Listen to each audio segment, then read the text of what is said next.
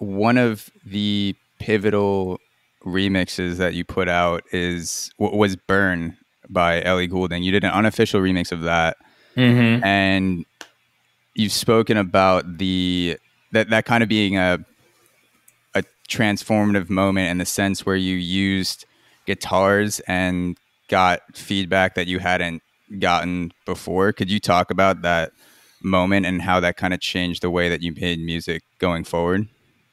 Yeah, a lot of what I was doing before then was I was using piano in the music, but and it was more like house piano, like house music, piano house driven type music. And Burn was the first time that I ever actually plugged in my Fender Strat. That was the first guitar I ever had, directly in to my sound card and incorporated it into my music. And it was sort of like an aha moment for me to really incorporate more organic instrumentation and real instruments into the productions to give it that like human emotional feel.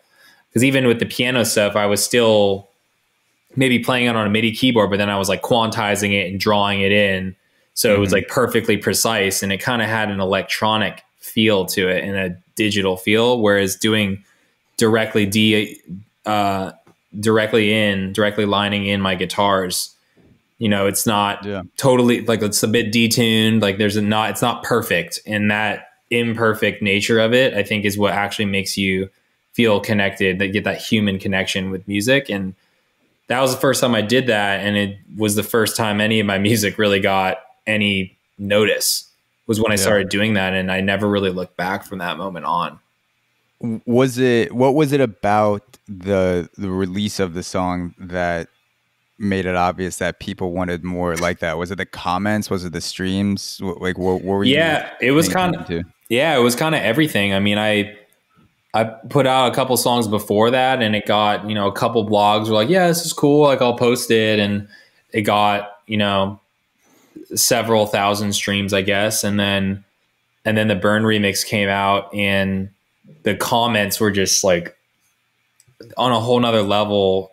A lot of people were just like, what is this? What is the sound he's using? Like, I've never, like, this sounds so cool. And then it like blew up on SoundCloud, a bunch of YouTube channels that emailed me asking if they could put it on their channel, and they did well on there. Like, I even got a message from Ellie Goulding's label asking if they could turn that into an official remix, and that Ellie really liked it. And actually, I got a video from their management team like a year ago. She's at like one of the big festivals in Britain, and she still used the remix production stems that I sent them right when I first made that remix. Oh, yeah.